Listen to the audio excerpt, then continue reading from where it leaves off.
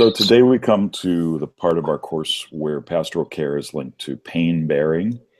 And we're going to follow through the questions just as they were asked in the lecture material.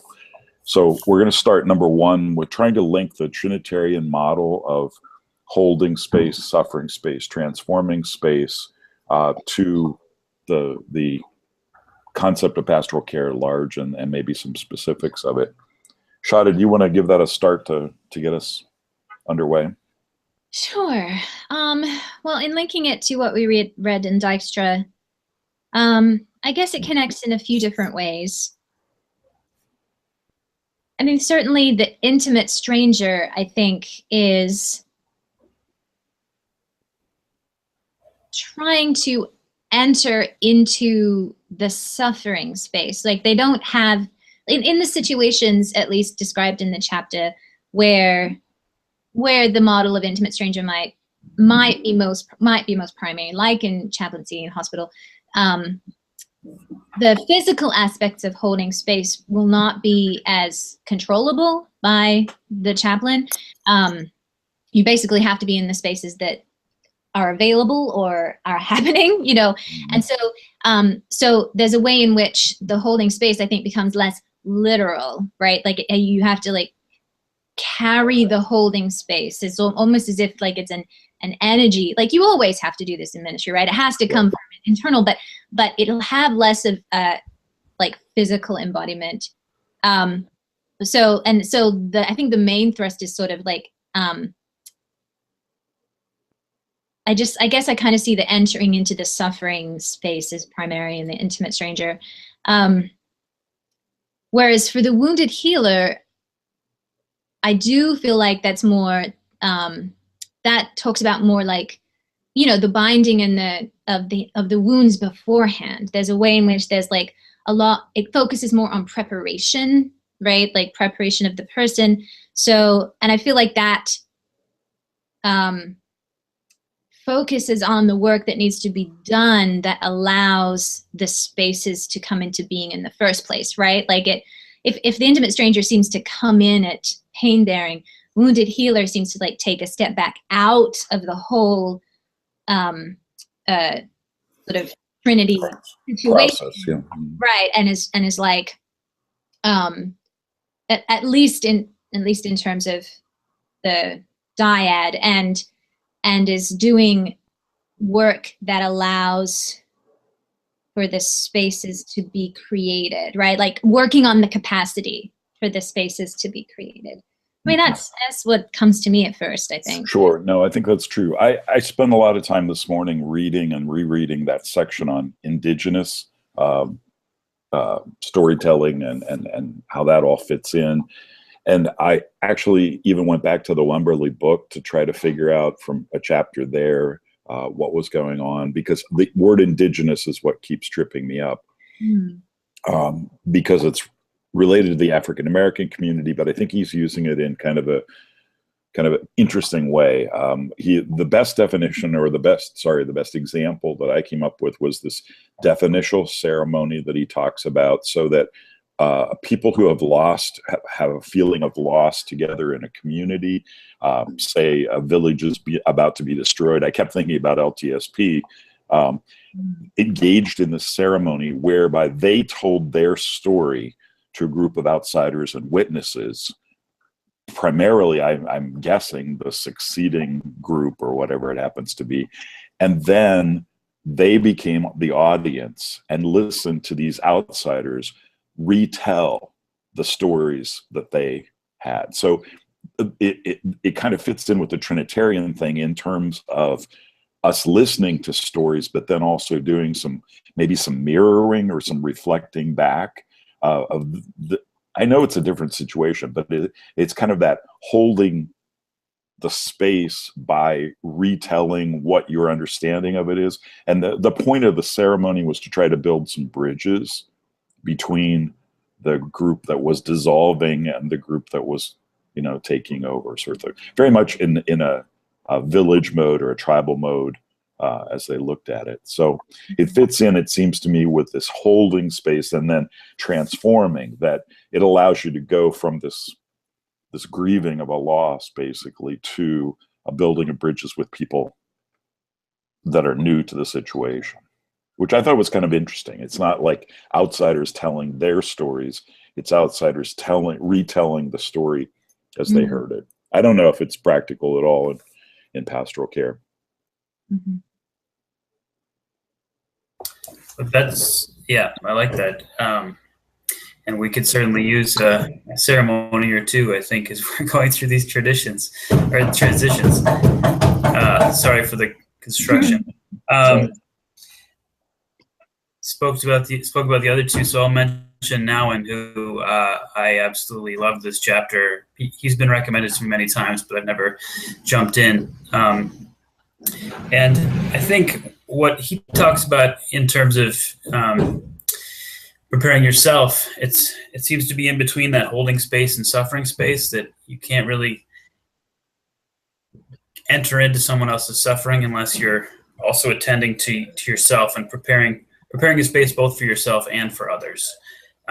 And so not suffering, right? Owning your own suffering, not as Dr. Swain talked about, not in order to say, oh yeah, I've been through that too, not to proclaim all the wounds that you've had and how great that's been, but to own it and to then be able to listen and reflect in a way that goes forward.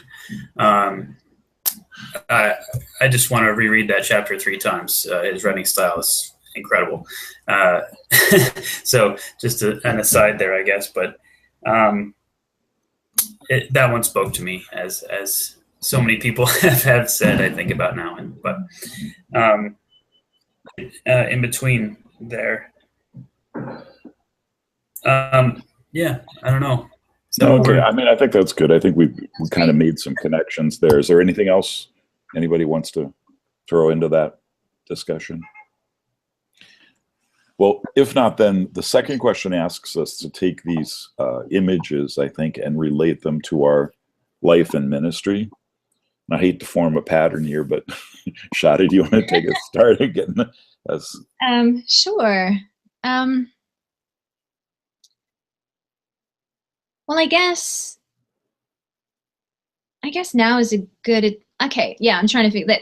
That is something that I wanted to share, and I was trying to figure out if this question or next question is better. But right. You know, I did love Wounded Healer, but I really also loved Intimate Stranger because it spoke so clearly to what my experience had been of doing hospital chaplaincy. And I really wish I had had that chapter, you know, when I was doing that work. So Michael, cling to that chapter. Yeah, I feel like I'm going to reread it a number of times as the summer goes along. Yeah, absolutely. Yeah, because it really reflected my experience. Like there were a lot of things that I was really young, like I was 24. And so I had a lot of the ways in which hospital chaplaincy played out, like the dynamics that he's describing, I blamed myself for them, right? Like, so the things that are naturally impediments, the things that make the strangeness that he was just describing, I thought that was due to a deficiency in my own skill set, right? And it's not like my colleagues and my supervisor didn't try to dissuade me from that, but it was a really powerful story that I told myself about the work. And perhaps it was because it felt like then I would have more of a measure of control, right? Like if I was blaming myself, that meant at some level I had control, even if I wasn't able to exercise it.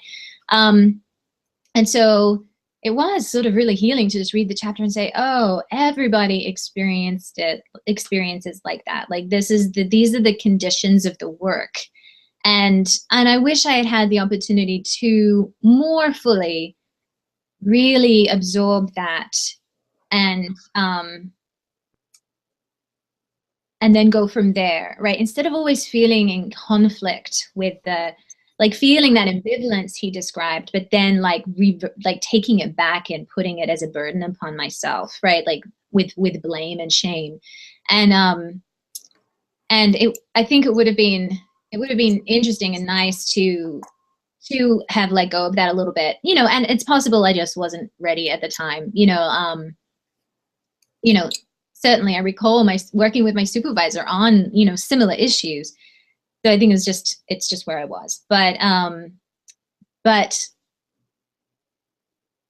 I wish I had the language, right? The strangeness language was really useful to me in terms of like articulating that sort of ineffable quality of that work. And I think that language would have served me to have it. So yeah, it really connected with my experience of doing that ministry for sure. I'm again into this indigenous, even though that's not kind of technically part of this question, and thinking about where that connects with my ministry. And I see it in a couple of different ways. It sounds kind of odd, and it may not be exactly pastoral care. I'm not worried about the category so much here as the some of the changes in my life, and saying goodbye to the seminary and saying goodbye to a role that I played in my field experience. And I think in a lot of ways, it's a picture of a larger society. Shada and I was talking and Shada was listening yesterday about a change in the way that religious affiliation happens in our churches, and that it being much more, instead of culturally expressive, individually expressive. And so that there's a loss of community there in a way that I think the church needs to pay attention to in terms of the narrative. So I need to pay attention to how those things play out in my life, this kind of loss of connection. And then I think the church at large does. I don't know if that kind of makes sense or not, but that's where I see it tying in right this second. Mm-hmm. Cool. I don't know. Yeah. So we don't have to go around in a circle, Adam. If we'd done that one in, maybe we should go to the strangeness. No, yeah. I mean, I just thought we're in the same pattern here, focusing on the same chapter. Well, I think it's kind of neat that it turned out that way. Yeah, it did. But yeah, I definitely connected a lot about that loneliness that Nouwen talks about, and certainly been feeling that myself in terms of the abrupt change in identity, right? And that's what this course is about. And I haven't really labeled it until the last few weeks. Been feeling kind of listless and like, but it's been a year and a half now of saying I'm doing seminary, and the looks that people give you, and more about what I post on social media, because now I'm representative of something more than who I am, or more than who I think I am. So that loneliness, I've begun to feel that already, and it was really refreshing and empowering to read now and to have him just say, you got to own it. Just, you're going to be lonely. We're all lonely. The way forward is to own that loneliness, and from that place of acknowledgement, you can then show other people that, yeah, you're lonely too, but that's the human condition, and God is with us through that. So that it was very powerful for me. It was one of those readings that hit me at the right time.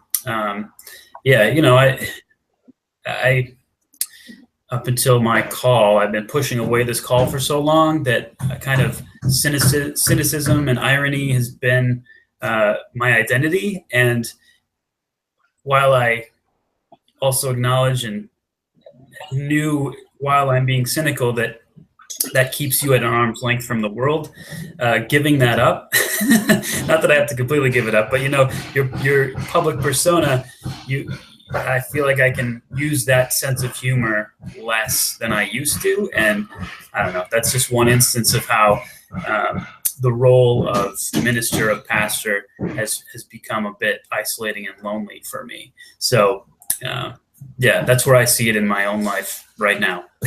Well, and it cycles us back to this crisis. The stranger metaphor that Shada was talking about. And that forms the next question, is just where do we see this strangeness in ministry? I even have a note here about what did the disciples do and how was their ministry strange? How did they find themselves in a strange position?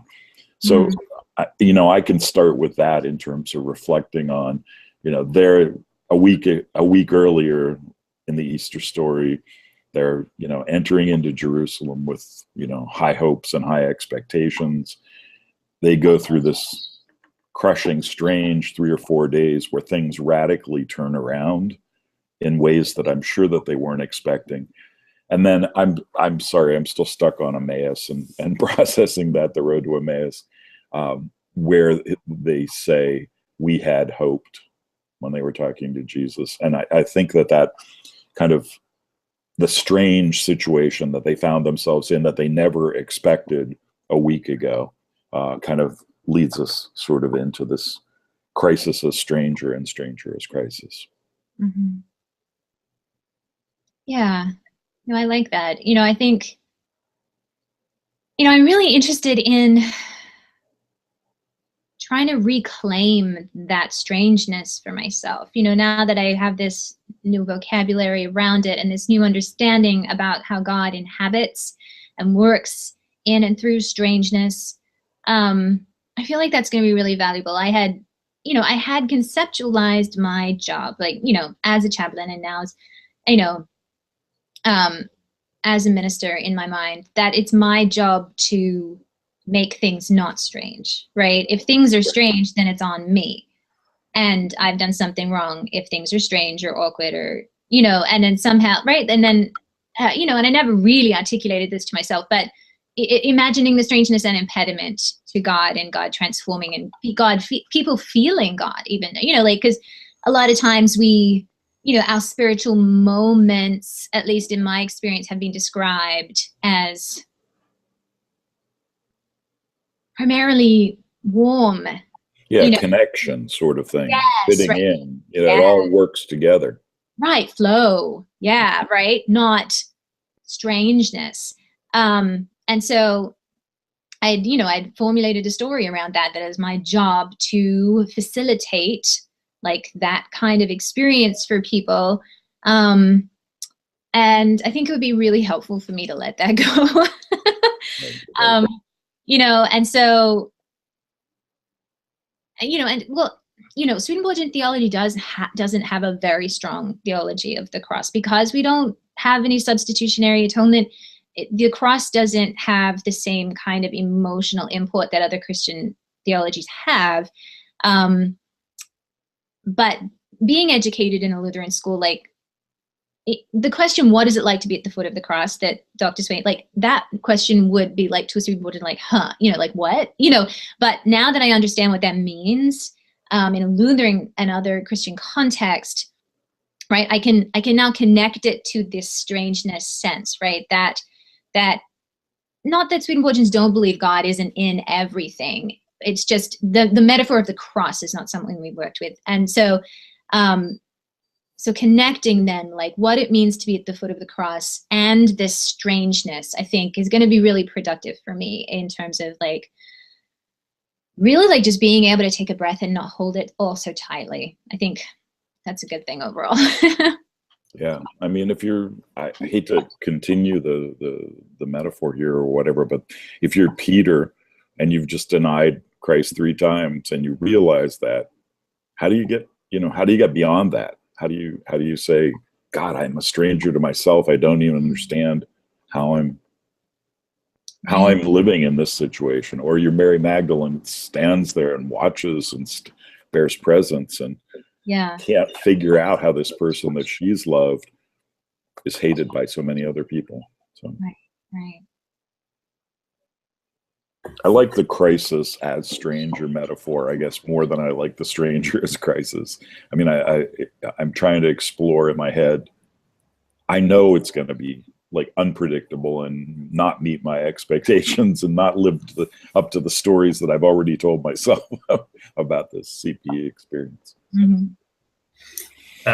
I would just echo Shada's experience of like telling yourself that story that you have to be the one to facilitate all this wonderful growth and learning. And I felt the same way reading it. It's, yeah, you should prepare yourself for meetings and such, but it's ultimately not it's not on you, right? It's not all on the pastor to make those things happen. Part of what Dr. Swain asked was, where has woundedness got in the way of, I can't read my own writing, but where's woundedness gotten in the way? Mhm.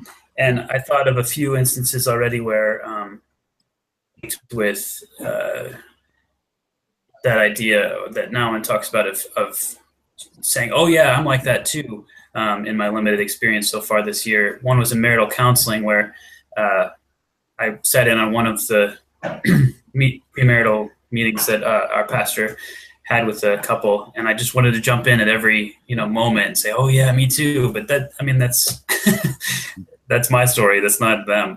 So that was helpful for me to connect that in a way that remembering to hold back when people tell their stories, because your story isn't. What is that?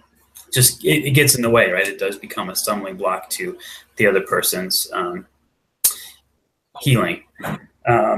And then just the strangeness thing,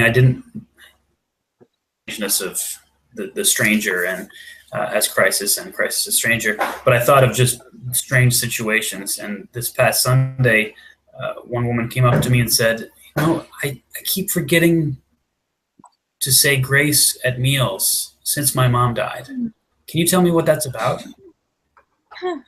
No, I can't. But I tried briefly after service to try to help her work through that. And she said, well, do you think it's because I, connect my mom to meals? And yeah, I think that's probably what it is. But just how we're strangers to people in our congregations as well as familiar, but we're also strangers in chaplaincy especially. But it just was illustrative of you don't know what people are going to say or what they're working through. And it may be something like that, but that's not trivial, right? She's dealing with her mother's death.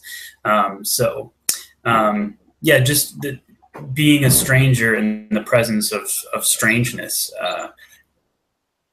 that's what it made me think of. Anything else on strangeness? Because I think this is an interesting tie into expectations about the profession and the predicament that we find ourselves in. Nobody has those kind of conversations with you unless they want not want something, but like are looking for something.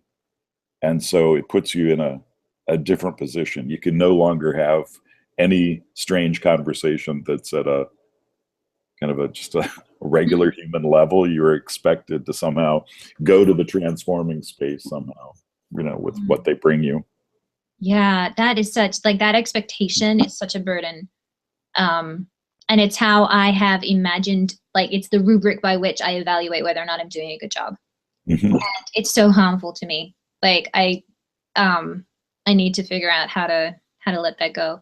And, and I have another interesting question, on what Adam was saying, I really did appreciate, Dr. Swain pointing out about the, not just jumping in. Yeah, me too. Right. That, so important. And, and this feels like something that I've been a theme for a lot of my classes. And Michael, you recognize it from our other one, universality and particularity, right? These two things, we want connection with people. We want to know that we're the same as other folks, that we're not different or stranger, and at the same time, we also have our particularity and our uniqueness, and there have to be imbalance. And so this is a question for me, so we shouldn't jump in with the, yeah, me too. Absolutely. But what about how much of a relief it can be for people to understand that other people are going through things similar to them? So, just having that edge of okay, trying to make sure I notice, when am I serving myself? Yeah, me too.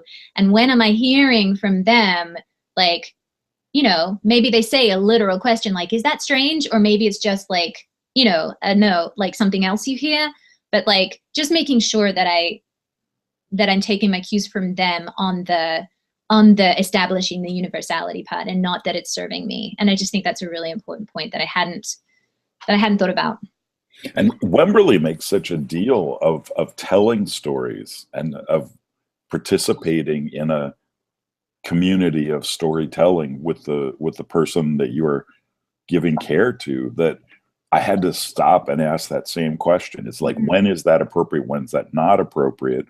And I think that the distinction that he makes is that although it seems spontaneous, his advice is always that is planned. You know, that you have a repertoire of stories, but you planned it a little bit. He uses an example of Jacob in his book, where that reminds me of the story of Jacob, and not jumping into that, but then saving that for the next session and talking about a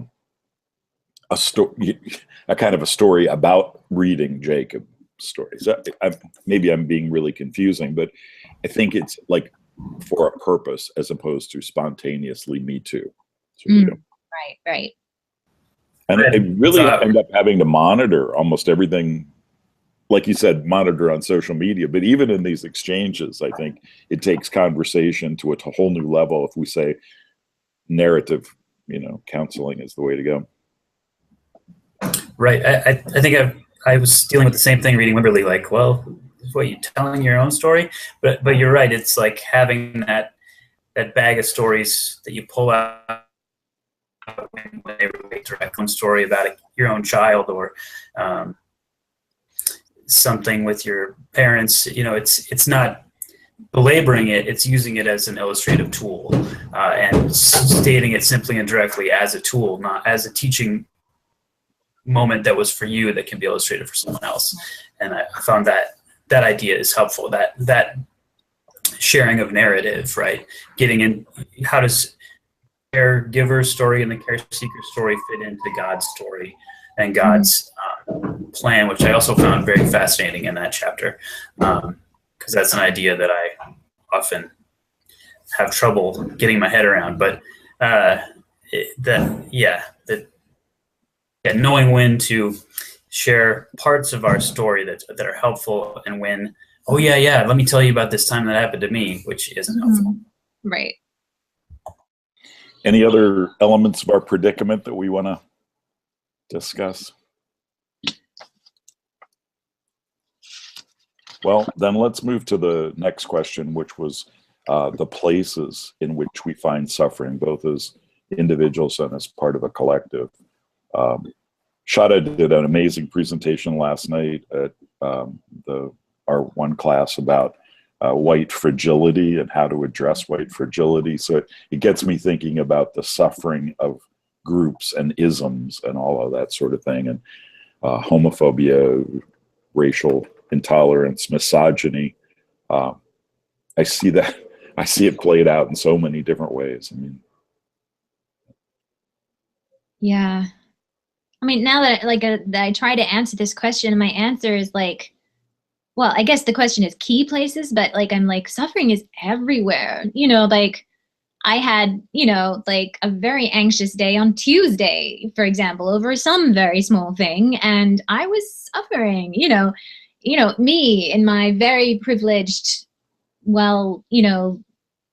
functioning world, and then, so if I'm suffering, then there is so much suffering. I think this is really great poem that someone posted on Facebook once, and it's okay. I'm not gonna be able to get it right, but the main idea is somebody saying I run my fingers over the globe, like a globe of the world, and I ask, where does it hurt? And the answer is everywhere.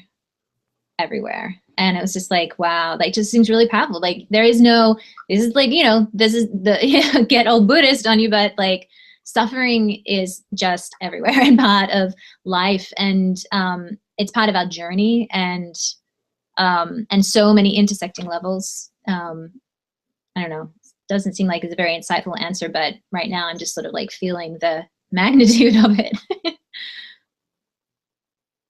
Of course, I'd love to get least a Cliff Notes version of how to deal with white fragility. That sorry, I missed it. There's no Cliff Notes. The Cliff Notes are 65 pages. No, I'll take it. I'm happy to pass it on to you, Adam. It's a partner and I created a curriculum to try to deal with folks, try to build up stamina for these kinds of conversations with people. Like, so it's mainly with people who are resistant to talking about race, because we imagined we might find ourselves in those situations. So happy to pass it on to you. I know I'm in that situation. It made me think of this question: where do we attend to it as a group? Made me think of where we are now, where I am now, and it's often right, kind of as Michael was talking about. It's in transitions, right? It's in changes where we have to really attend to the entire group as opposed to, I mean, individuals, certainly that's what our readings were about, people in crisis, in a specific way. But when a group goes through transition, both the pastoral leaders here turned over last August. So of a group in transition, and we've seen how changes and decisions and communication have affected the suffering or perceived suffering of what's going on here. So I don't know, it just made me think of specific situations here, but also that those all have to do with when things change. That's when the group needs to be addressed as a whole and not just through individuals. Although saying as I say that, the communication piece was all about the fact that we didn't communicate individually to people, right? So sometimes the group is cared for and heard when you address individuals. That came up in our co-op meeting, actually, as part of the co-op cohort, and the conversation last week was about the transition from LTSP to ULS. What did you learn from that? And part of that was some people really didn't feel like they were heard in any way. That there are some people on staff and some professors who are very direct and willing to listen and sought students' input, but for the most part, they felt that there wasn't a lot of contact with how students were doing through the process. So again, as a group in crisis, it seems like it's when things change that we need to pay special attention.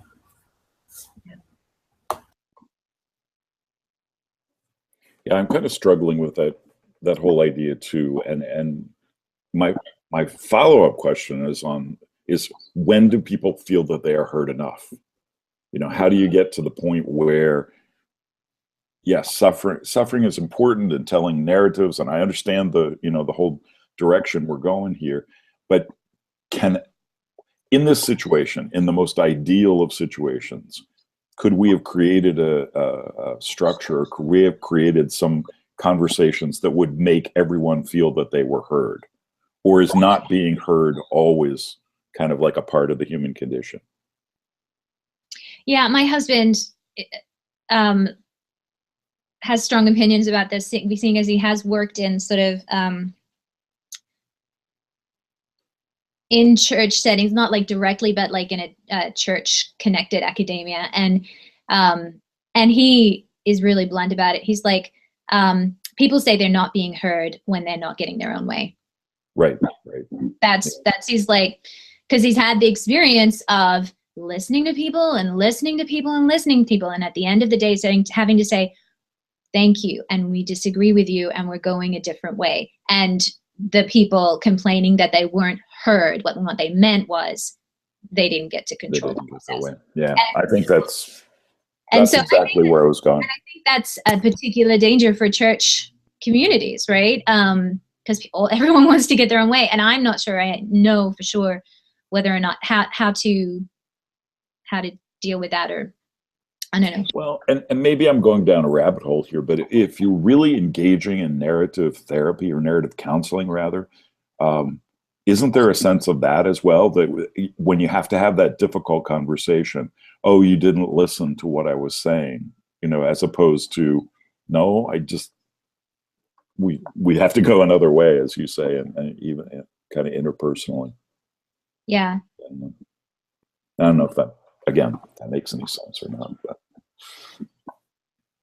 I think it's just, you know, as with all good ideas and things, right? They can all spill over and be twisted and turn into something bad, right? And so I think, and I'm not trying to say that it's not important to hear people. Like I still commit to that process, and there's ways in which it can't fix everything. Mm-hmm. So is that individual suffering of not being heard, you know, able to be remedied, I guess, in the long run? I don't know. Interesting.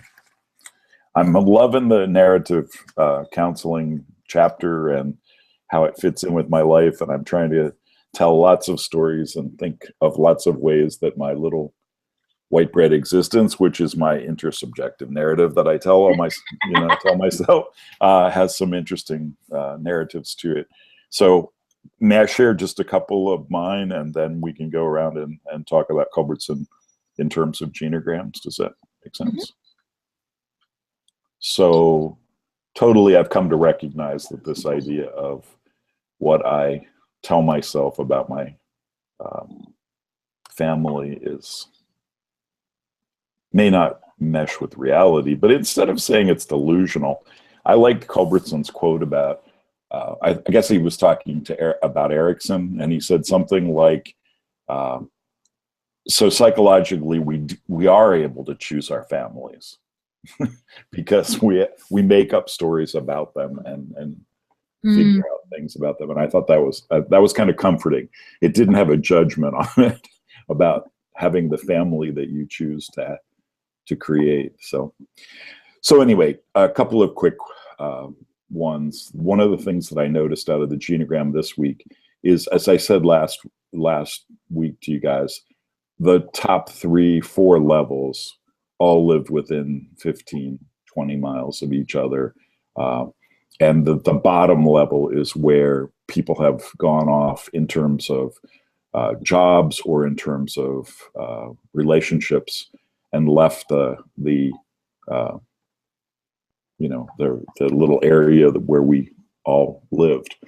But maybe more interesting than that was my dad's father over here was shot while deer hunting in the woods, and that's a family narrative that was told in lots of situations. And I think, interestingly enough, I still have the coins that were in his pocket when they found him in the woods, because of course nobody said I shot this man in the woods while we were deer hunting, but they found him, and the coins were in a little container that I still have.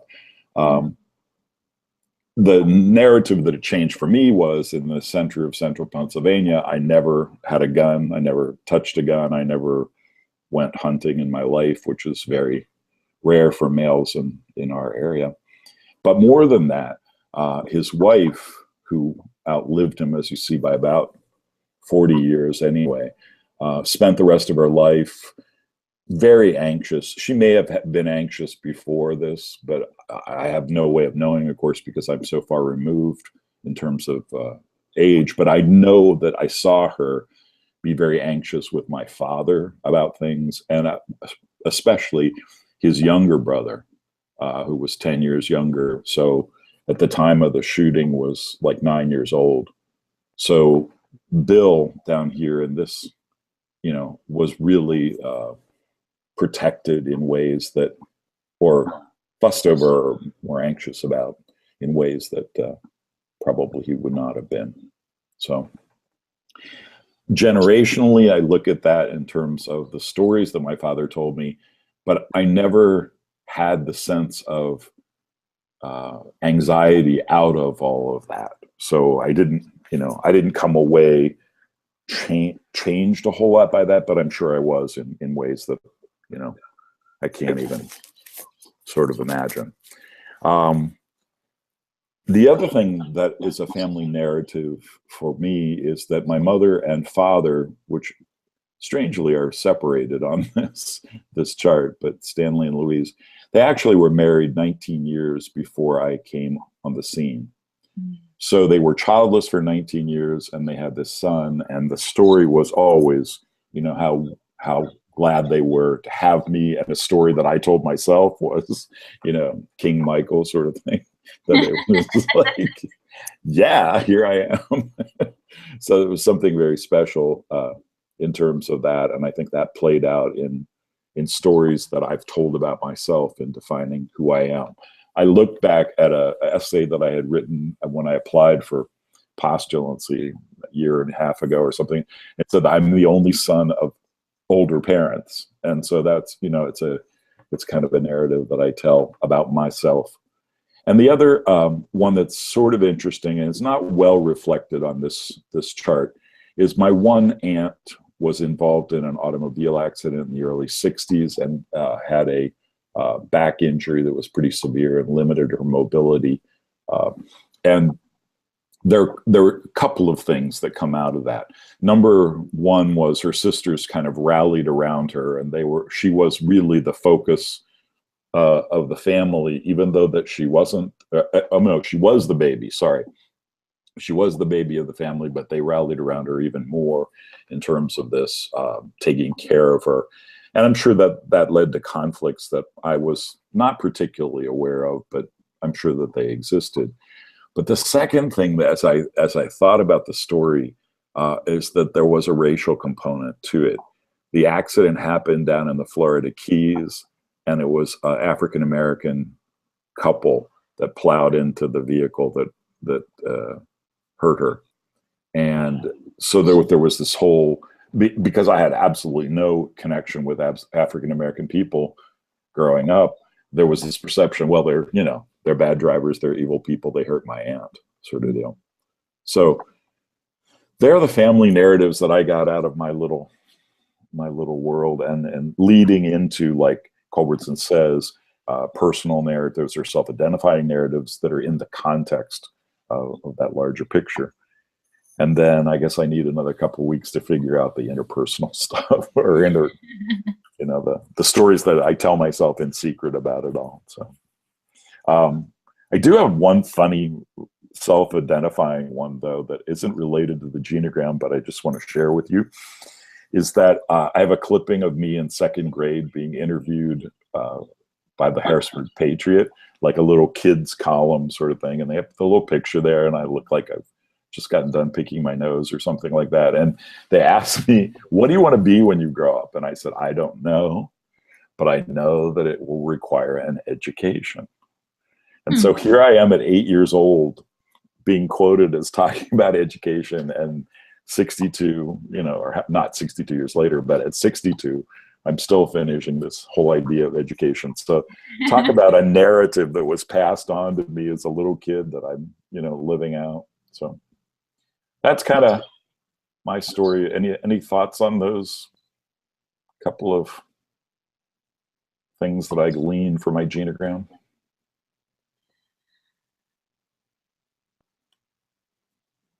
Well, I mean, just that must have been really hard for your grandfather's family, I mean, to just lose him so suddenly. That's, even if your grandmother wasn't anxious beforehand, I know if it were me, I would probably have turned out exactly the same. Mm-hmm. Sure. Yeah. And in the context of a family where that just didn't happen very much, where there were no other outstanding traumas that I can document, it was pretty significant. Yeah. All right, I'll get off my screen. Somebody else want to try Culbertson and your genogram? Sure. I will go. You'll just have to, as I said, promise my dad to keep it on the down low. So, but what I'm remember, it's actually sort of been funny. Like, I confessed last time that I was having trouble figuring out triangulation on my genogram and stuff. And then progressively it just was continuing to work and things became clear to me. That is so weird with this process. It just, yeah. The more that you explore it, the more you think about it, the more triangles or the more whatever you see. Right. Like it's not apparent immediately. It needs some processing. Yeah. So yeah, I've definitely identified some triangulation that goes on between my husband and his he's the oldest, but his next oldest sister, they sort of triangulate against the younger sister. Sometimes their mom like subs in for one of them, but it's always usually like against her. You know, occasionally there's some natural triangulation in my own context because, you know, my mom and dad and my brother are in Australia and I'm here. And so there's like the one who's away Right. just ends up being triangulated due to logistics and such and stuff like that. Yeah, so, you know, things became clear. In terms of like family narratives, well, first, I was extremely gratified to finally get a definition of intersubjective narrative, which has sort of been used this whole semester, and I didn't know what it meant. Yes. And I am Hallelujah. very satisfied with the definition. It's like, yes, that's exactly what that should be. But noting my preamble, I'm like, oh, it's going to take me a while to like notice those conversations in myself, because I think a lot of intersubjective narratives are unconscious, right, or just below the surface. You know, I'm just gonna have to like quietly like sneak around and notice, you know, how I'm conversing with the different parts of myself. I'm just not like, oh, that's what I'm doing. Like, I don't have those on the tip of my tongue. It'll take me a while to. So maybe next week. I'll report back next week. But in terms of family narrative, you know, I already mentioned this last week, like the immigration story of our family, you know, that my mom's parents, you know, both immigrated from Europe, and all of my grandmother's siblings, like sort of, they scattered around the world. You know, some immigrated to the United States, to Canada, some stayed in Europe, some went to Australia. Like, they were from Latvia, and, you know, just, they were refugees for a while, like just, you know, everything exploded apart by the World War II, and they all immigrated. So like, that's the story, like this dispersion. And then my father also therefore emigrated from South Africa. So on both sides of my parents' families, the story and then of immigration, and being at a distance, and maybe not even seeing your family again. And then I continued it, you know, like not consciously, but here I am, you know, living halfway across the world for my family. And so that's our family story. And that is sort of incomprehensible to my mother's friend. But I thought about myself, like, what if my kids decided to do that? And I'm like, well, yeah, I wouldn't love it, but part of me would definitely be like, yeah, fair enough. Like, that's part of our story. Yeah. Connected with that I've been thinking about a lot lately is my dad's story. He grew up in apartheid South Africa, and he did leave, like, you know, till his late 30s. And he did leave like in the late 60s. So, you know, like, it was bad, but he left before it got really bad. But I've been talking with him about this recently, actually, for Church and Society class, about what that was like for him, and recognizing he's this very interesting combination of very innately empathetic of people. So he has to be progressive, but he's incredibly paranoid and suspicious of government, right? And so, like, just recognizing how his experience of growing up, you know, in a situation where he did not align with the policies, but feeling like he could be that he was under a repressive government and could be squashed like a bug at any moment, like, that created this sort of like his personal narrative around how to be in the world. And so, you know, noticing the times at which like the scripts that I've enacted with him over that, like the pushback and the conflict over why you like this, like because for whatever reason, you know, as you were even pointing out, Michael, like, it didn't transfer to me. Like, I didn't imbibe that narrative around suspicion of government. I definitely imbibed his like progressiveness, right? Like, and what government owes people, like, because of shared humanity and such.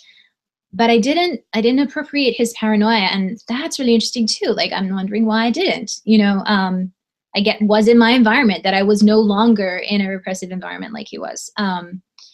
So that's just interesting, like, noticing that stuff. And what else?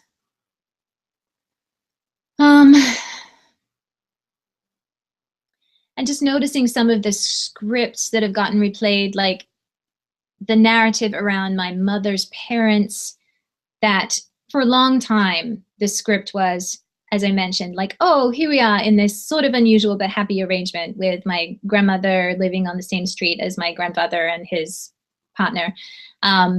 And whether it was really truly okay with everyone, or whether it was for the benefit of just keeping things simple and easy for me, like for a long time, the only grandchild until my brother came along. I don't know. It's for sometimes it really, really seemed like everyone was genuinely okay with the situation. And so having that narrative played out, like we're all like good.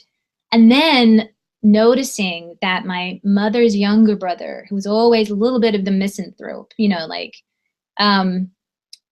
having him share with me, like, my grandfather's sort of sordid history around, like some affairs and things. And, and just having the script suddenly flipped, right? Like the narrative was this, and now it's this, which was, and then having to deal with the dissonance that created of this, this grandfather that I loved, though I recognized he was also really kind of paranoid too. He like had barbed wire around his property and this enormous hedge. He grew up, in I guess in Poland pre-war, so that must have had something to do with it too. But like, wow, strange male paranoia in my family that I'm just recognizing. But just like recognizing, like, of course, I had this relationship with him that a young child has with their grandfather, and I knew he was a bit strange. And then to have that to have that narrative expanded, these two competing scripts, I think, is what I'm trying to say, right? And they're both true, though. Like, they are both true. And even at this point, I don't even quite know how to deal with it, but yeah, so cool. That's what I got. For you, yay! Yeah. Man, I can't compete with pre-war Poland and South Africa. Nobody can compete with Shada. That's the beauty of it.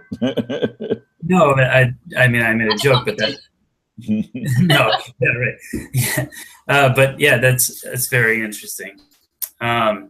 So some of the narrative stories that my family's told, I into it. I'll throw it up here just so I can use my pointer, and I don't have to. Oh, that's not it. That's you.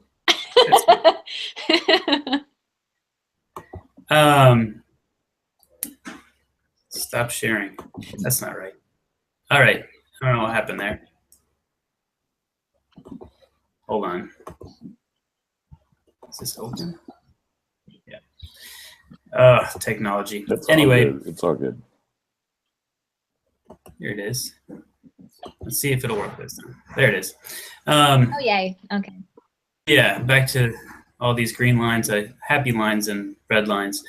The only thing I can relate to a little bit with Shada is that my grandparents, who divorced when my mom was 11 or 9 or something, are now living in the same retirement community. Mm-hmm. And my mom goes to visit them regularly.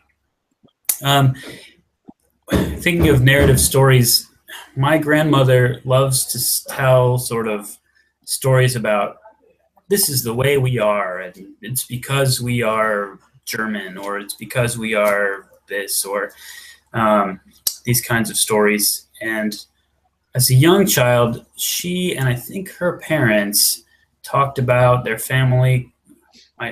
Her mother, Smith, coming over on her family coming over on the Mayflower. My mom looked into it, and there's no way that's true.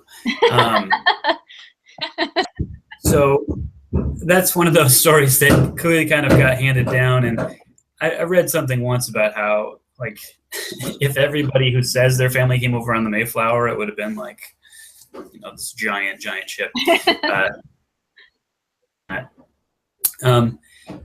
But it's okay. Everybody was on Noah's Ark, so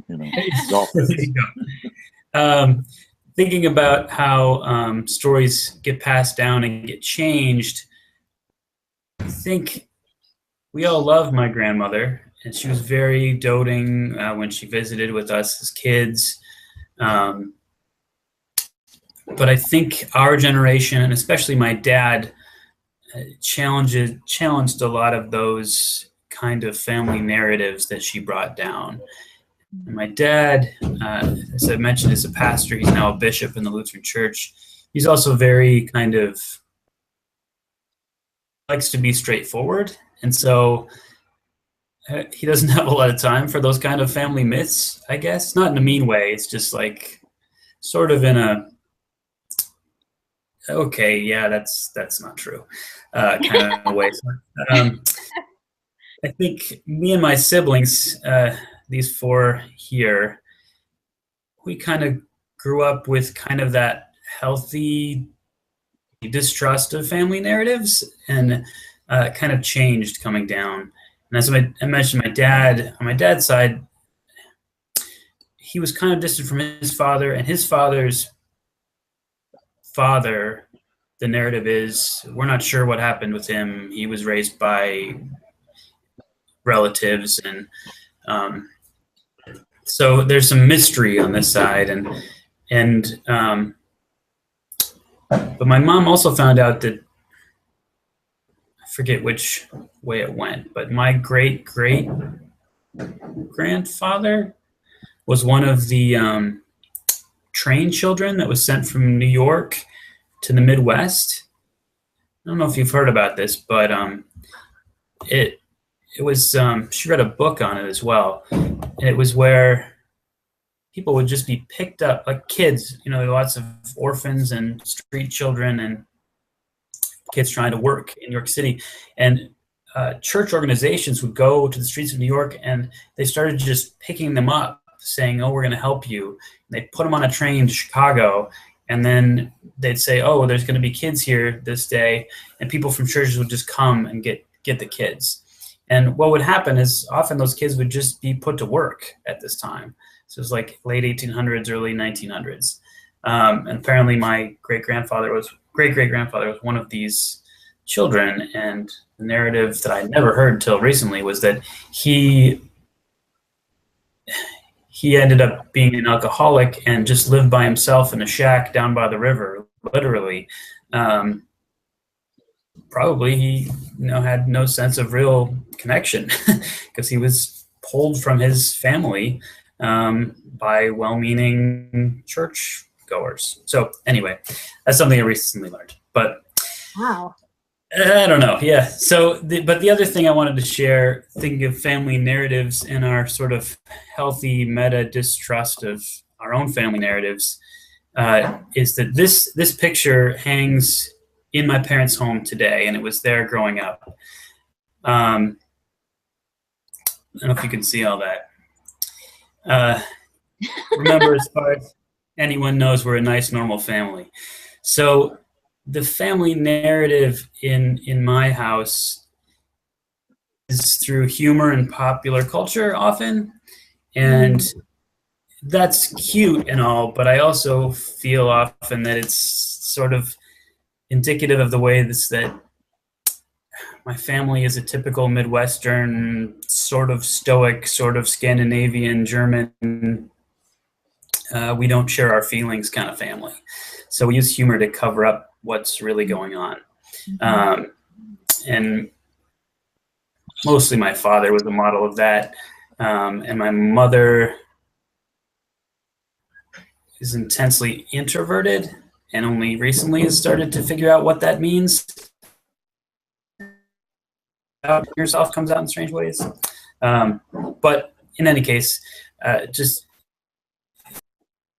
family narrative that we have that I already kind of know about is that, we're a nice, normal family, which is great, but it means you're hiding something.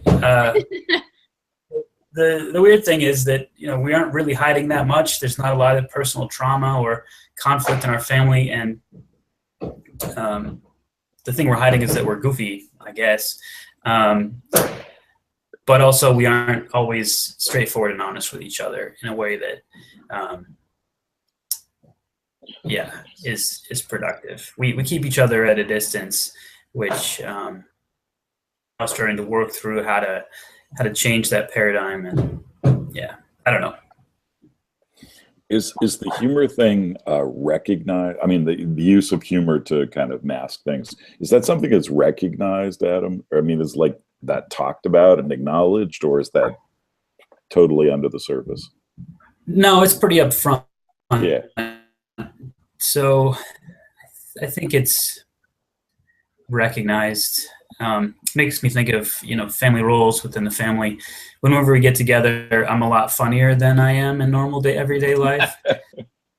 So I think you're pretty funny anyway. Well, thanks. But there was one meeting a few years ago where my youngest brother, who we weren't very close because he's 8 years younger than I am, but it turns out we're the most alike. So I'm actually kind of closer to him now. But I made some joke and he said, "Oh yeah, I'm Adam. I'm the funny one." So calling out the roles that we had assumed for ourselves, which I think it was helpful for me to kind of step back for a second. So I don't want to give you the impression that we're in any family crisis. It's just that we, could be more direct, and we show our affection in indirect ways, which is okay. But yeah, I think So, that's thanks an for important listening. point. It is okay. You go into this with this presumption that everybody's pathological and in pain and suffering, and I recognize all of that. But at the same time, the narrative, I mean, to go back to that Erickson quote, we construct these narratives for ourselves, and it may be more helpful in my case to keep a cheery narrative going than a wounded healer narrative going. I don't know. I mean, I think we should at least allow space for that. If it becomes a delusion, I get it. I mean, if you're really ignoring or total denial, but how you frame things, I think, is so important. So, I don't know. I mean, that connects me back to, I think, why I connected. Thanks for making this connection for me. That with Henry Nouwen and the loneliness thing, right? If you come from a family where you show affection in sort of indirect ways, it can be a little isolating. And again, I'm not in crisis, but Sure. It's one of those things where you see a thread. So thank you. Yeah. Cool. Okay, guys, anything else about Culbertson and our families, their stories? Or I too, though, Shada, appreciated finally figuring out interpersonal in some depth, and this idea that there's this little collection of selves talking inside of my head. I love, because I only thought it was me, so it's good to know that there are lots of other people having lots of other conversations going on. So who's talking to whom sometimes is really kind of confusing, but anyway. All right, well, I guess we're done for this week, so thanks a lot. All right. Fun. I'll turn the thing off and then we can chat for a second.